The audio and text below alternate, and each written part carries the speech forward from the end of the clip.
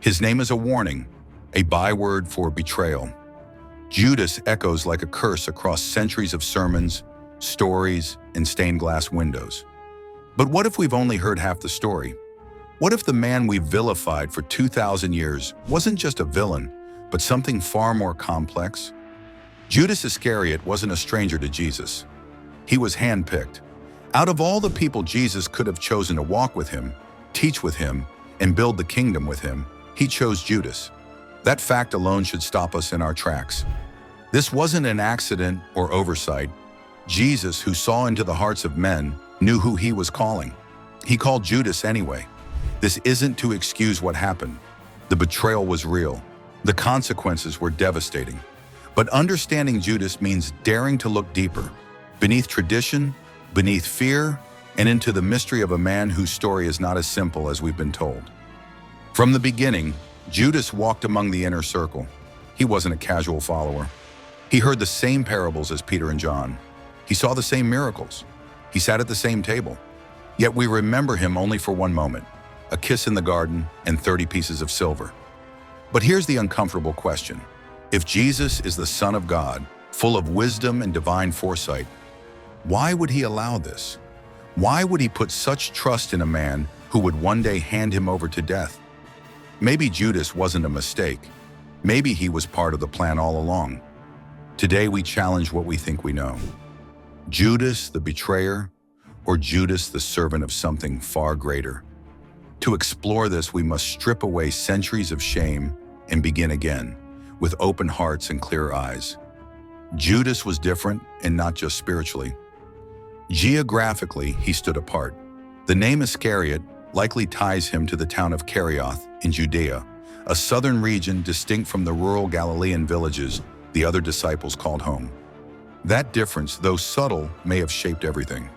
The Galileans were fishermen, tradesmen, men tied to community, custom, and shared roots. Judas came from another world. His speech, his clothing, even his worldview may have stood out.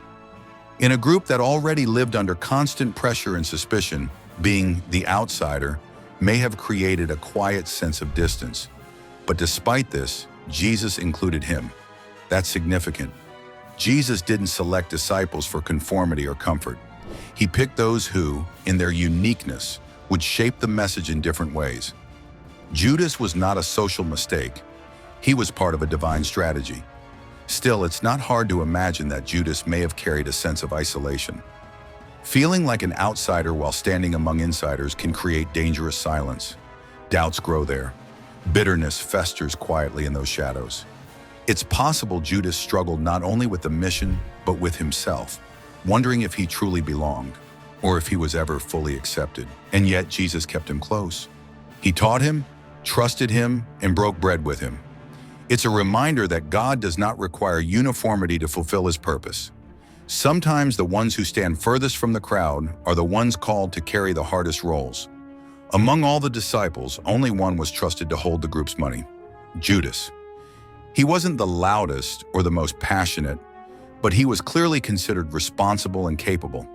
The treasurer of any movement is a person of authority, someone the others rely on daily. That was Judas. It's easy to overlook this detail, but it speaks volumes. Judas was not a fringe member. He wasn't distrusted from the beginning. He was placed in a position that required integrity. Food needed to be bought, donations received, needs met. His hands touched the practical side of Jesus' mission, and Jesus led him.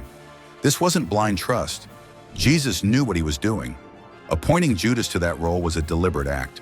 He knew the trajectory of every soul around him, and he still gave Judas power. Why? Because even the path of betrayal can serve a greater good when held in God's hands. We often rush to the silver coins, forgetting that long before the garden, Judas was a vital part of the mission. He helped make ministry possible. He walked with Jesus not just in spirit, but in action, fulfilling a role that required presence, effort, and reliability. So when people say Judas was evil from the start, it simply doesn't match the facts. He was trusted, respected, given leadership, and that makes his eventual choice even more tragic and more meaningful. In all four Gospels, Judas speaks little. He's present in every major scene, yet his voice is nearly absent. No questions, no protests, no pleas for understanding. While Peter shouts and Thomas questions, Judas stays quiet. But silence does not mean peace. That quiet could hide a storm. We all know people who carry the heaviest burdens in silence, who feel out of step with those around them, yet smile and serve anyway. Judas may have been one of those people, watching, thinking, hurting. Unlike Peter, who stumbled publicly and was forgiven, Judas's fall was internal. The Gospels show a man whose actions shout, but whose heart remains hidden. That mystery has fueled centuries of speculation. What was he thinking? What did he believe? Some say he was greedy. Others think he was disillusioned, expecting Jesus to become a warrior king and reclaim Israel from Rome. When that didn't happen, perhaps disappointment turned into despair. But we don't really know, and maybe that's the point. Judas represents not only betrayal, but the unknown pain behind every fall from grace. His silence becomes our mirror. What would we have done? How far would we go if we felt abandoned, misunderstood, or desperate to force God's hand? Judas's story didn't end in the garden. In fact, some believe it only truly began centuries later, when a long-lost gospel emerged from the sands of Egypt and shattered everything we thought we knew. In 1945, a collection of ancient manuscripts, now known as the Nag Hammadi Library, was unearthed in a desert cave. Among the scrolls and codices was a fragile, nearly destroyed text that had been hidden from history, the Gospel of Judas. It was not included in the Bible. In fact, it had been actively suppressed. Why? Because its message was radical, even dangerous, for it didn't portray Judas as a traitor. It painted him as a disciple with a divine mission. According to this gospel, Jesus didn't just tolerate Judas, he confided in him. He told Judas secrets the other disciples weren't ready to hear. And most shocking of all, Jesus asked Judas to hand him over. Not out of betrayal, but obedience. One line from the text is chilling in its beauty. You will sacrifice the man that clothes me. In other words, you will free my divine self from this human body. This flips the traditional view on its head. Judas wasn't sabotaging Jesus' mission, he was completing it. He wasn't turning away from the divine, he was cooperating with it in the most painful way imaginable. And if true, that would mean Judas was the only one who truly understood what Jesus was about to do. Of course, the Gospel of Judas is not universally accepted. It's considered apocryphal, and many scholars still debate its authorship, theology, and intent. But even so, its existence demands our attention. It reminds us that history is written by survivors, by institutions, by the voices that prevail. Others are silenced. And then there's the letter. Quietly circulating among scholars for decades, this mysterious text, possibly authored by a follower of Judas or even Judas himself, offers a heart-wrenching alternative to the image of the soulless betrayer. It tells of a man who believed he was carrying out Jesus' command, even as it tore him apart. According to the letter, Judas wrote, "I would rather be hated by the world than disobey his voice." That line lingers like incense in a cathedral. It's not the cry of a criminal, it's the burden of someone who chose loyalty over legacy, of someone who understood that following God might mean losing everything, even the respect of history. This doesn't mean Judas becomes a saint. The pain he caused was real, the consequences were catastrophic. But it does challenge us to rethink the sharp edges of our judgments. What if the man we call the ultimate villain was actually the most obedient of all? We see this pattern throughout Scripture. God uses the unlikely, a stuttering Moses, a broken David, a denying Peter. Could he not also use a Judas, not as a failure, but as the key that unlocks the door to the cross?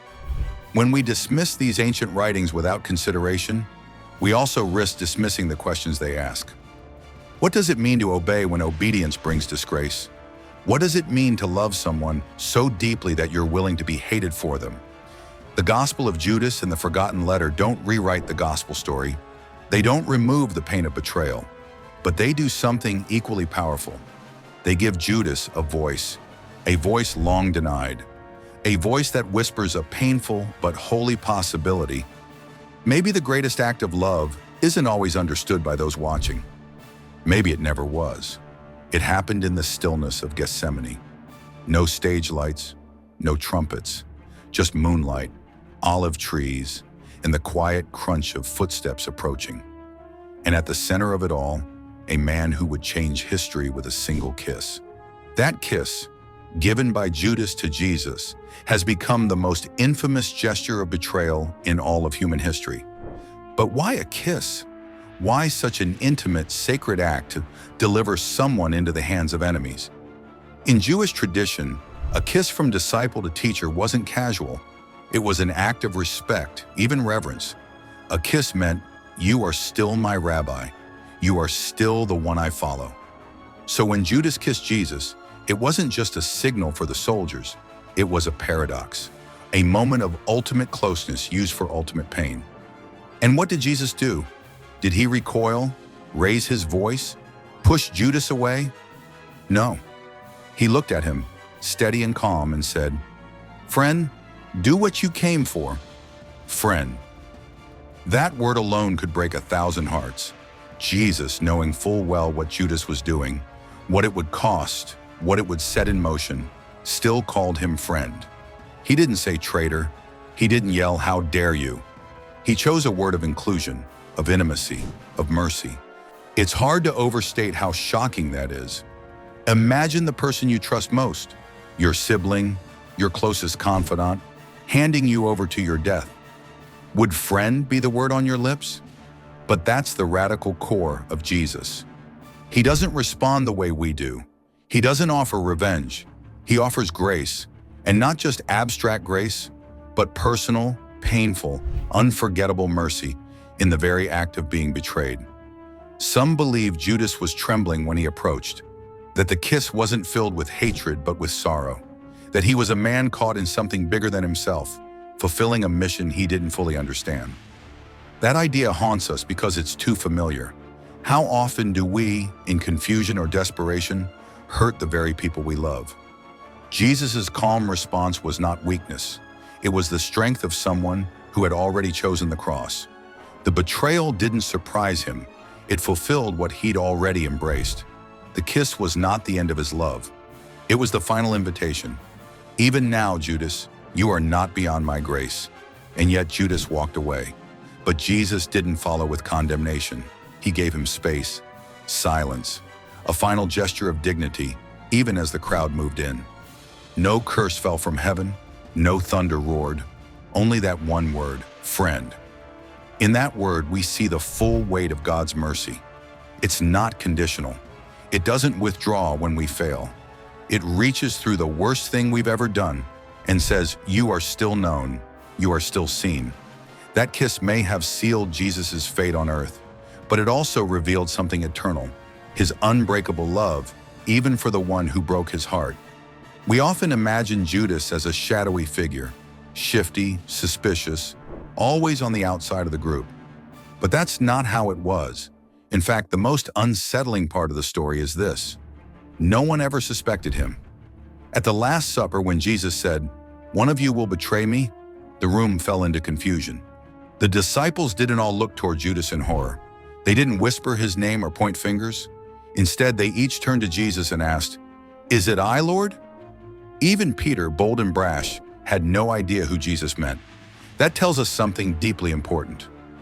Judas had hidden in plain sight. He wasn't the odd one out. He was trusted, respected, even loved. He had walked with Jesus for years. He'd seen the miracles, shared the meals, listened to every word, and none of the other disciples saw what was coming. This cuts to the core of what betrayal really is. It rarely comes from enemies. It comes from within.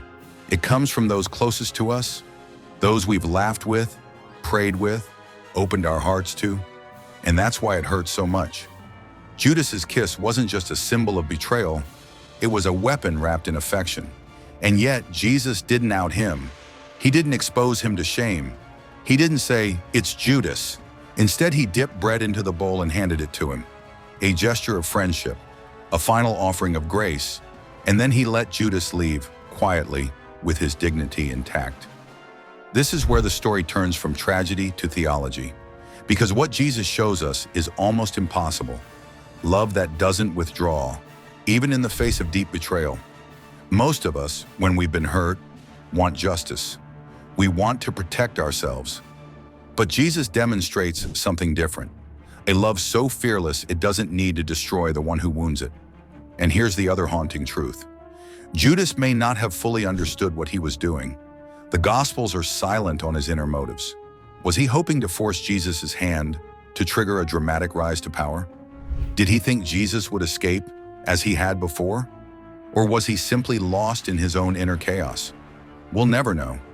But that mystery, the silence behind his choices, invites us to look not just at Judas, but at ourselves.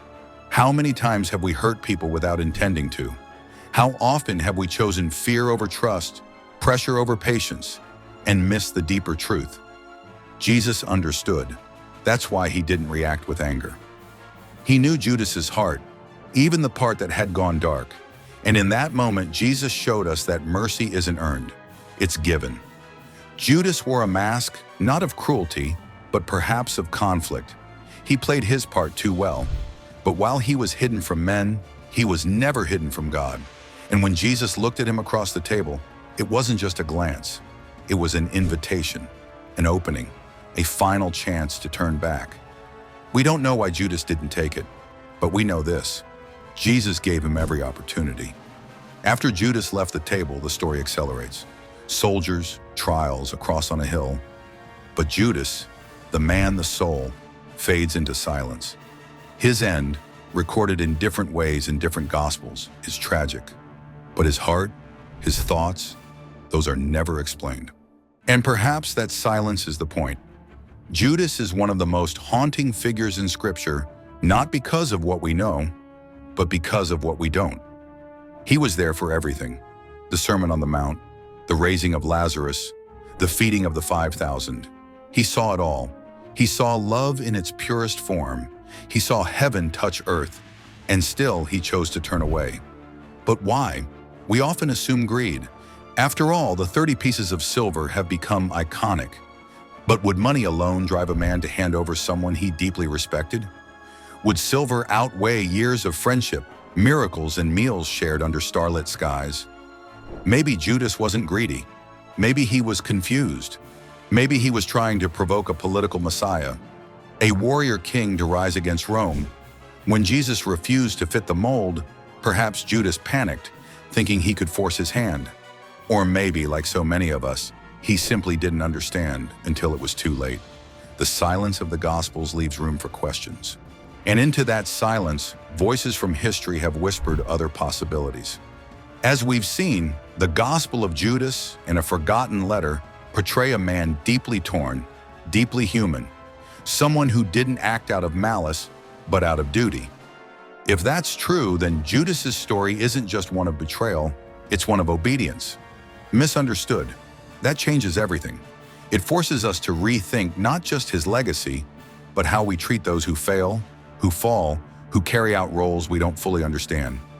Judas has become a symbol. We use his name as a warning, a slur, a label. But behind the name was a man with a soul, a man who walked beside the Son of God, whose feet were washed by divine hands, who received bread from the same bowl as Jesus, and who may have died thinking he was beyond redemption. But was he? We don't know what happened in the final seconds of Judas's life. We don't know if he wept, if he prayed, if he whispered Jesus' name. But we do know the heart of Christ. And we know it doesn't close, even to the most broken. The cross proves that. So maybe Judas's final chapter isn't ours to write. Maybe his silence is sacred, meant to remind us that God alone sees the full story. And if God's mercy extends even to the one who triggered the crucifixion, then truly no one is beyond grace. Judas stands at the edge of every human story. He reminds us that we can be close to holiness and still carry confusion, that we can walk in the light and still harbor darkness, and that even in our greatest failure, there might still be a thread of purpose woven through our pain. For 2,000 years, the name Judas has stood for treachery, disgrace, and betrayal. Parents don't name their sons after him. Preachers use his story as a warning. He has become the ultimate cautionary tale. What happens when you turn away from the truth? But maybe, just maybe, we've misunderstood the man. Not in terms of denying his actions. They were real, they were devastating, but in terms of reducing him to a caricature. Because if we believe God is sovereign, if we believe every step toward the cross was intentional, then we must also believe Judas was chosen, not by accident, but with purpose. Jesus didn't guess when he called his disciples. He didn't close his eyes and hope for the best. He looked into the souls of 12 very different men and said, "Follow me." Among them was Peter, who would deny him, Thomas, who would doubt him, and Judas, who would betray him. And still, Jesus said yes to all of them. Some ancient writings, even the controversial Gospel of Judas, suggest that Judas's role was not failure, but sacrifice. That he was the one willing to bear the weight, to carry the shame, to do what no one else would. That he obeyed, not out of greed, but out of love for a master he could never fully explain. That doesn't mean we canonize Judas or rewrite history to glorify his actions. But it does mean we pause before condemning too quickly. Because the real tragedy of Judas may not be what he did, but what he believed about himself afterward. We know Peter denied Jesus 3 times. He wept bitterly, but he returned. He received forgiveness. He helped lead the church. Judas too wept. He too was broken, but he never came back. What if he thought his sin was too great? That he was beyond redemption? That the mercy he saw Jesus extend to others couldn't possibly be meant for him? That's where the story turns toward us. How many people today believe they've gone too far, made too many mistakes, burned too many bridges to ever be forgiven? How many live under the shadow of shame, convinced that grace is for everyone but them? Judas becomes the mirror of that despair. A man who walked with God, faltered in pain, and never found his way home. Not because he wasn't welcome, but because he couldn't imagine he still was. But Jesus never withdrew his hand. He called him friend. He washed his feet. He shared the table. Even in the moment of betrayal, Jesus looked at Judas not with rage, but with sorrow and love. And that look still reaches across time. The deeper truth of Judas's story is not about what he did, but about who Jesus is. A Savior who knows we will fail and loves us anyway. A Redeemer who sees our darkest moments and still invites us to sit at the table. A God who leaves no one behind, not even the one who kissed him with trembling lips. So maybe the lesson of Judas isn't just don't betray. Maybe it's this: never believe you're beyond forgiveness. Never think you've gone too far. Because even in your greatest mistake, God may still be calling you friend.